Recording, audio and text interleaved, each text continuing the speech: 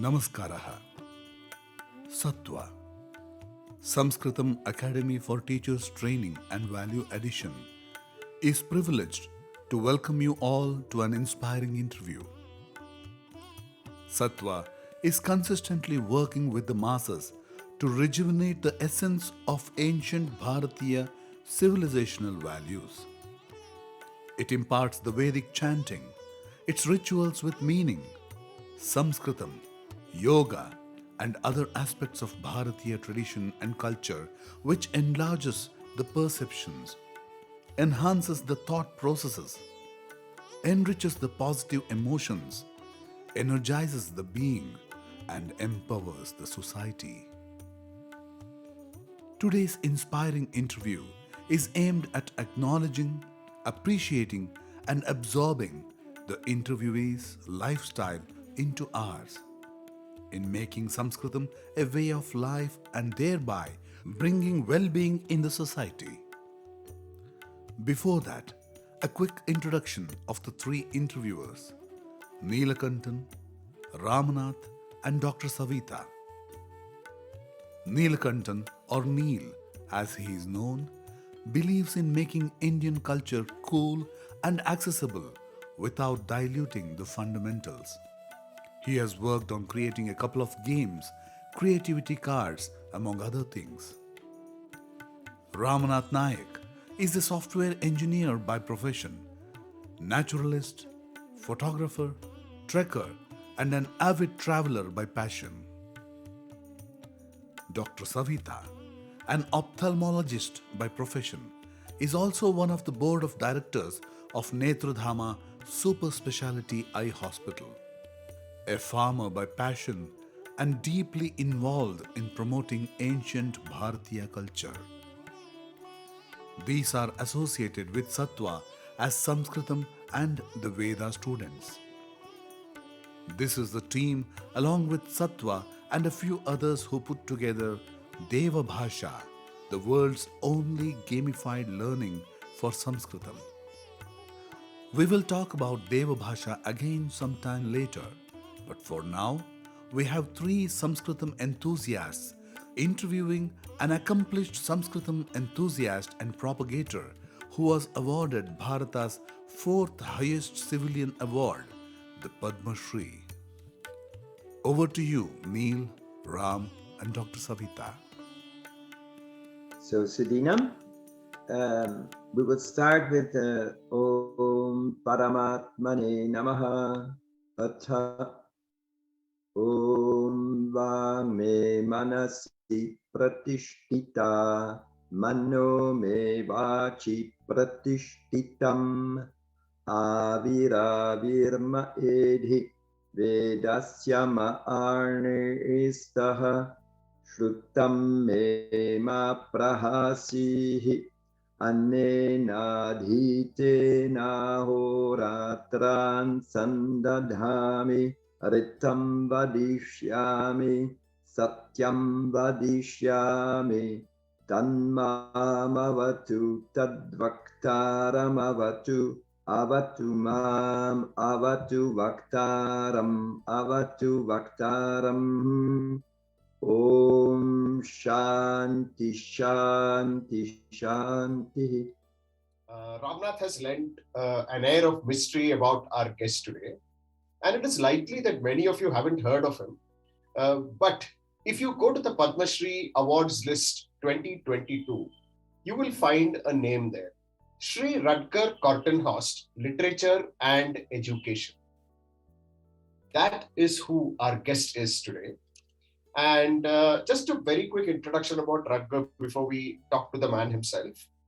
Rutger has been a teacher at John Scottis, the day school founded by the Irish School of Philosophy in 1986. Over the course of time spent in India, he has developed an ingenious system for teaching Sanskrit, a demanding language with complex grammar.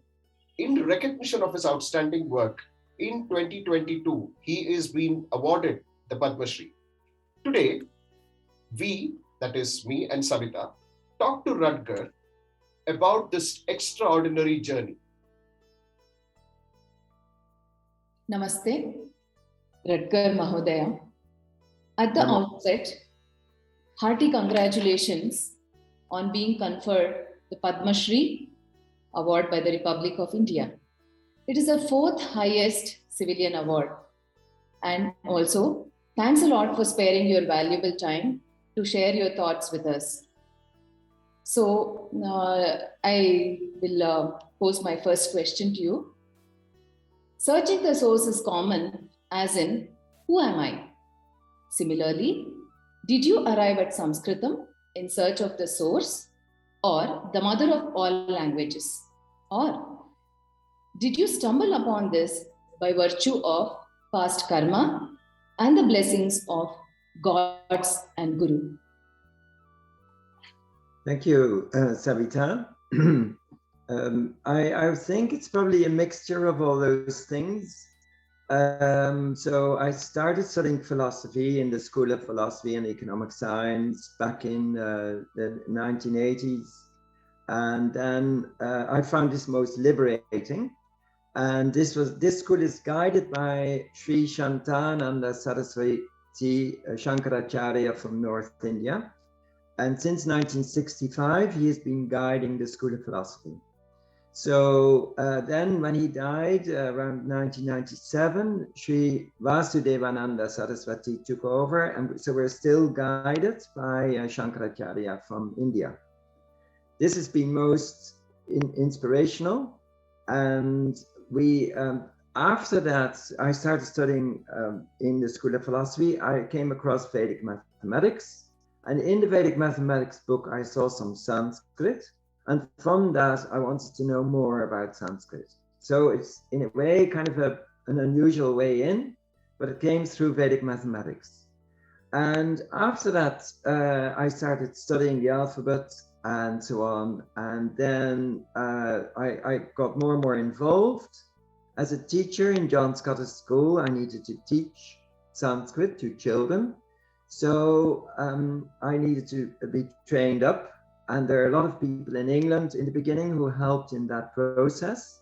But eventually that wasn't enough. I had to go to India to really be taught where it all comes from. So from the source. And so I went to Mathur, where people speak Sanskrit, in that village where people speak Sanskrit in Karnataka. And just for a few days, and they put me in touch with Sanskrit Bharati, and they put me in touch with Veda Vijnana Gurukula. So like this, I got introduced to a real school of philosophy in India, and so that whole Advaita Vedanta system, which we already knew from through the Shankaracharya, then became known through the Veda Vijnana Curriculum. So all this has been a huge journey. It started really in 2004 in India. And since then, I've been going back there every summer. Teachers in Ireland have no school, June, July, and August. So for 3 months, I could go to India and stay there. And in return for teaching some English, I got to be taught lots and lots of Sanskrit by the students and the teachers from Veda Vijnana Gurukula, which is only down the road from you, Magadhi Road. So not far from you, I think. Wonderful. So I think it's possibly some karma and a blessing, or definitely a blessings of the Gurus. Yes, definitely. Thanks for sharing that, which brings me to the second question, that a lot of things that appear in the Samskritam-based philosophical texts are contrary to Western belief system and the Western worldview. How did you fit this comfortably, and how much time did it take to, or did you try to reconcile these two thought systems? How did that work out? All right, so I think because of the careful program that's been put together in the philosophy school, it never felt like a conflict. Mm-hmm. It always felt like this is the source of all philosophies, and the other philosophies can be explained, or religions can be explained with this philosophy. So once you study this, your own, it enhances your understanding of your own religion. So it just makes, it's the universal teaching. And then our local traditions fit in within that. And so I wouldn't take my own tradition too literally. It can be petty, it can be small-minded. So I'm not interested in that part. But the real part of it is explained through Vedanta. And if I understand Vedanta, then it makes it much easier for me to appreciate any other tradition on the globe, because they're all a part of that Sanatana Dharma, I feel. So that's, so I think the only difference is it's like systematic and complete. When you take Vedanta, there's nothing left out, whereas it may be a bit partial in other religions and philosophies.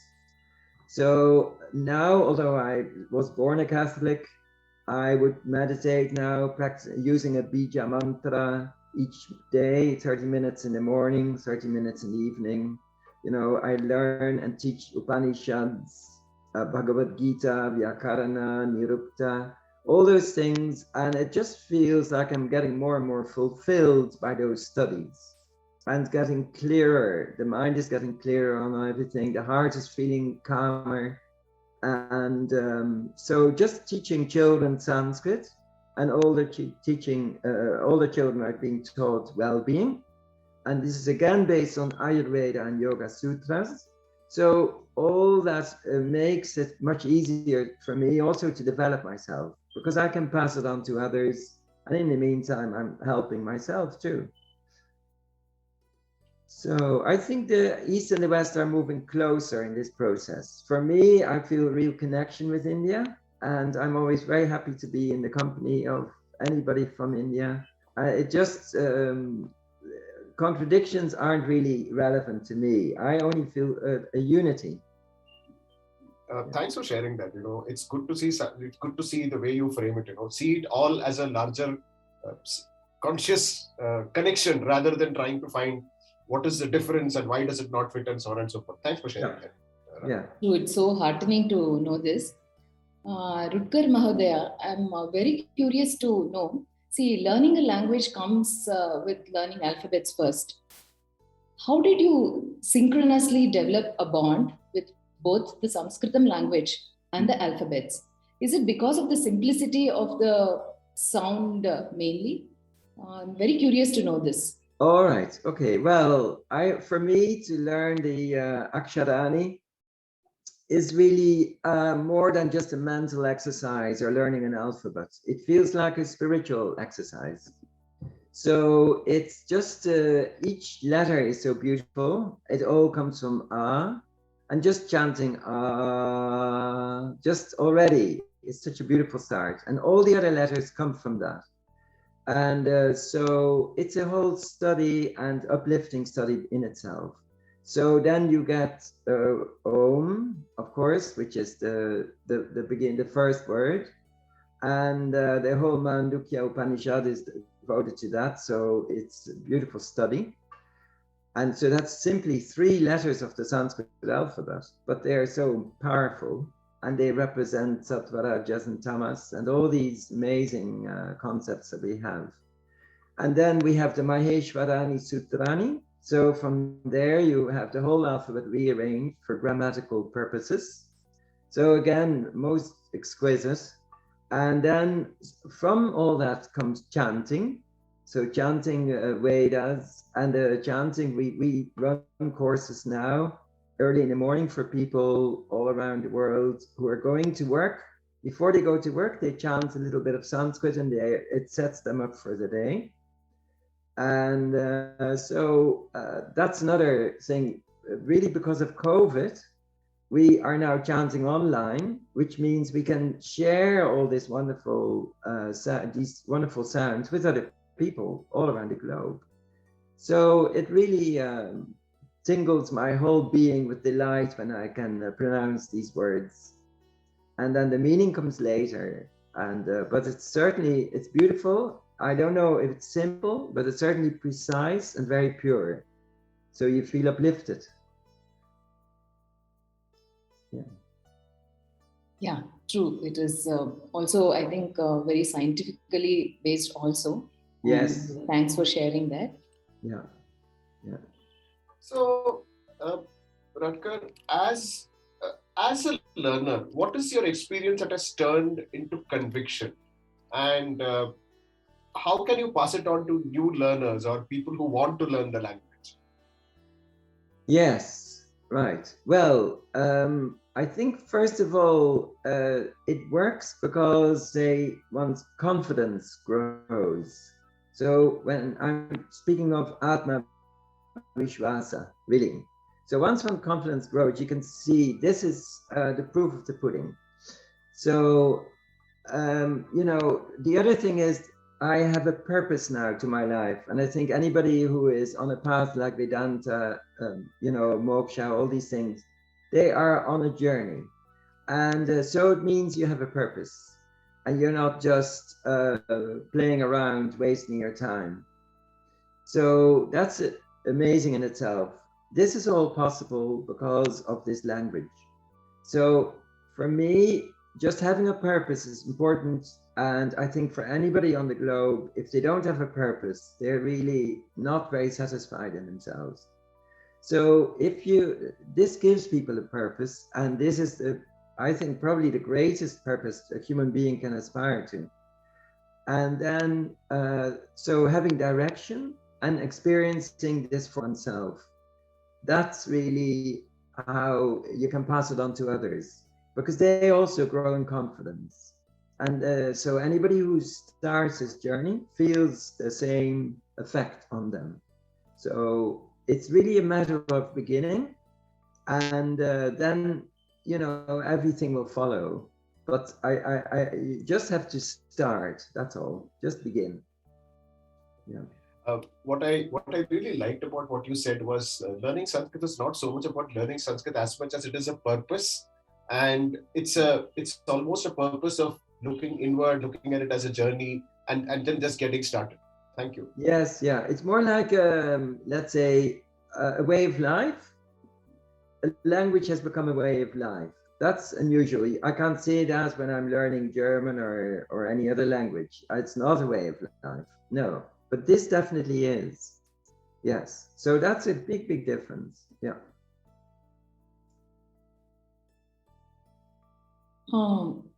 I'm somewhere I remember reading that you have a nickname also, I think, in India, and you have a different name in Ireland. Yes. Can you please share that secret with us, please?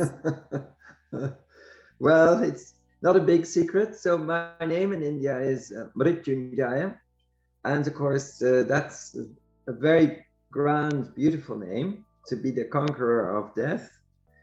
But when you realize that actually the Atman has conquered death already, so everybody is really Mrityunjaya in one way, because we've all conquered death. It's just the body that won't last this journey, but certainly the Atman will. So from the point of view of the Atman, this is totally true. So Mrityunjaya is a description of the Atman, really. And that is really, again, that's the purpose of all this, to discover that for yourself and not to be afraid of death. And because it won't be, death won't arise, it will simply happen to the body.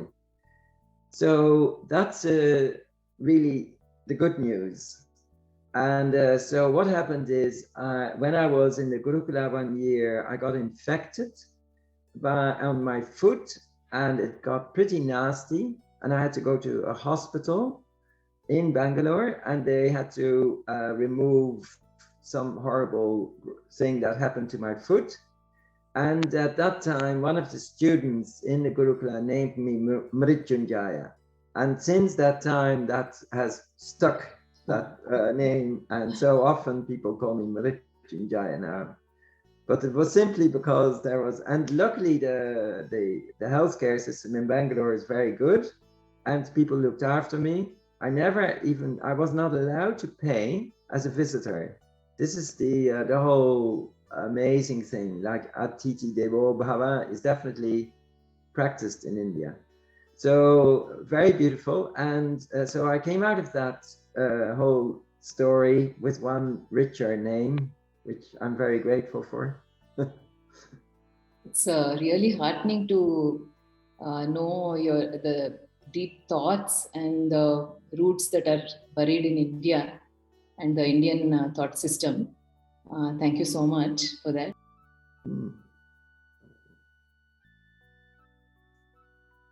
So I've been going through your website, the sanskrit.ie, and Yeah. it's a treasure house of learning system. So there are songs. I myself heard a couple of songs, and the reason I ask you this question is because among us, all of us who are part of this team, we are all enthusiasts of Samskrita, one way or the other. And as you might know, we have worked on a game. And what I liked about this, I think two things I want to ask you about. One is, how did you figure out that songs are a means to teach? Right. And secondly, when you shared the mantra, it was written in different colors, and that left me wondering, why is it so colorful?